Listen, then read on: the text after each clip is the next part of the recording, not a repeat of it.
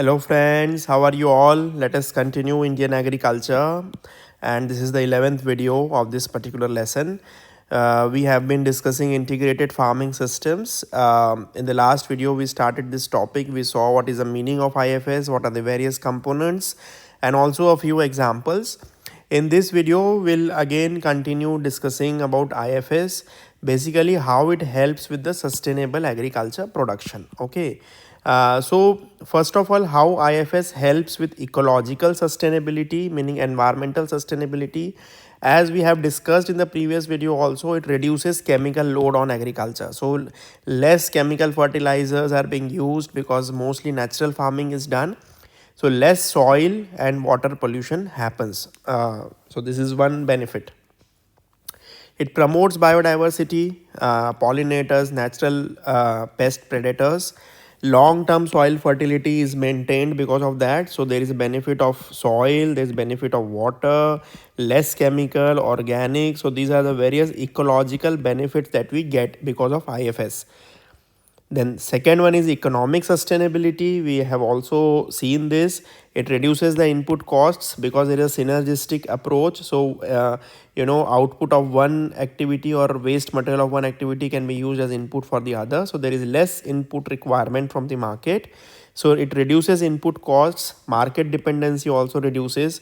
It ensures cash flow even during lean seasons because you are doing multiple activities. So when there is no rains, when you cannot grow crops, but you can do other activities like poultry, dairy, fishing, right? And it increases net return per rupee invested. So obviously there is a resource use efficiency here. Then social sustainability is also there. It empowers the rural families via skill diversification. So if there are 4 members in one family, these 4 members can do 4 different activities in a single farm. So there is a skill diversification. It enhances food and nutritional security because there is milk production, egg production, fruit production, vegetable production, which farmers can use for themselves also. Rather than selling in the market, they can also use for their own family if the production is in a small quantity. It makes farming attractive to the next generation. So people are not feeling about farming as a boring activity. So if there is some innovation going on, then the next generation gets attracted to it. Then what are the various government schemes which support IFS right now?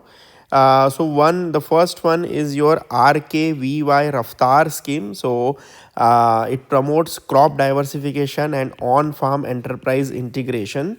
So basically crop diversification helps you with having resilience for to have a sustainable income, also to protect your soil health and overall ecological balance in agriculture. So this is a scheme which helps crop diversification and on price enterprise integration, meaning to have some processing of the after harvest yield also. Then there is PKVY Paramparagat Krishi Vikas Yojana. It supports organic plus integrated farming. Then there is a National Mission on Sustainable Agriculture, NMSA, which promotes soil health. So this soil health card scheme is one of the schemes under this umbrella scheme of National Mission on Sustainable Agriculture. So it it promotes soil health, integrated nutrient management, water use efficiency through micro irrigation. So it's a very broad umbrella project. Then National Agroforestry Policy of 2014 integrates trees into farm systems. Then let us now look at some of the case studies or examples in India. We have already briefly talked about Tamil Nadu's IFS model of dryland IFS model. Dryland meaning where there is irrigation not available, water is very less. So there they grow millet plus dairy plus agroforestry. So this is the model that they do. Net returns are increased by over 100%, meaning double. So your incomes have doubled. It enhances soil organic carbon also. Then Sikkim's organic plus IFS model, it integrates organic farming, livestock, beekeeping and bio input production. It boosted both farm income and ecological health. So again, Sikkim's model is famous all over the country.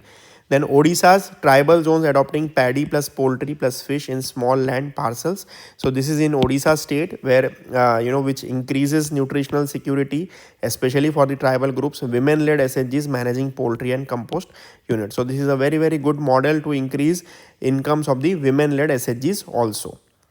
Then ICAR's AICRP All India Coordinated Research Project has developed 38 IFS models across various agroclimatic zones. Now see, depending on the climate, soil conditions, climatic conditions, and various other conditions which are called agroclimatic conditions, different IFS models are developed. So this Indian Council for Agriculture Research, under this project, they have developed 38 such models as a recommended list. So farmers can pick depending on which agroclimatic zone they are living in. For example, it will be different for Tamil Nadu, it will be different for Maharashtra, for Odisha, for Northeast, for Jammu Kashmir, it will be different for different locations.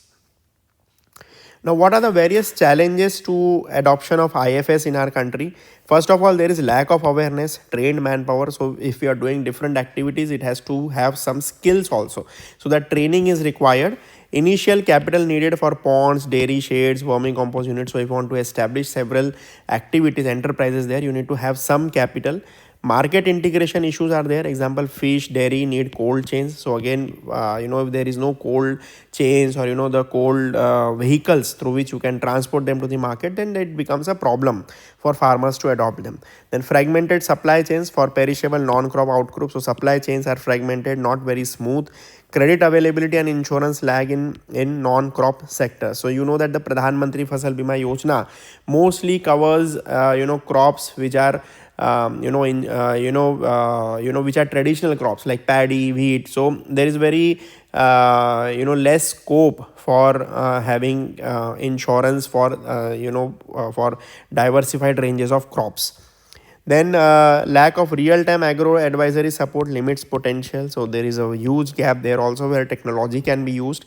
Water intensive combinations may not be suitable in arid zones. So we need to choose the model of IFS very carefully, because some of it might be water intensive also. Then future of IFS could be digitally augmented. So how we can use the digital technology, IoT sensors, Internet of Things sensors for fish ponds, biogas plants, blockchain traceability for organic integrated produce, AI based advisory for enterprise balance and disease prediction. So these we have already seen in the e-technologies. Again, same thing can be used for IFS also.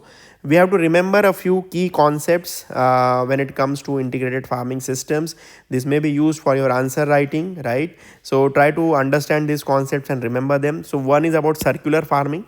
So zero waste loop, where outputs of one unit are input for another. As I have told you that if there are 4 activities, so one's output is used as 2 inputs for 2, then 3, then 4, and then again to 1. So this is called circular farming, where there is a synergistic approach. Then resource recycling. So you are recycling the resource, reusing them. So dung is used to produce biogas, and the slurry used to produce manure. Crop residue is used as compost, further adding to the soil nutrient. Then mixed farming versus IFS. Mixed means simultaneous multiple enterprises. IFS is a plan integration for synergy. This difference I have already explained to you. So this is about the IFS. Remember that IFS is used for sustainability for small and marginal farmers, and ultimately to improve the socio-economic condition of the Indian farmers. Basically, with the aim to double farmers' income, this can be a very serious and very crucial model for the Indian farmers. Okay, so we'll start with another topic in Indian agriculture in the next video. Thank you.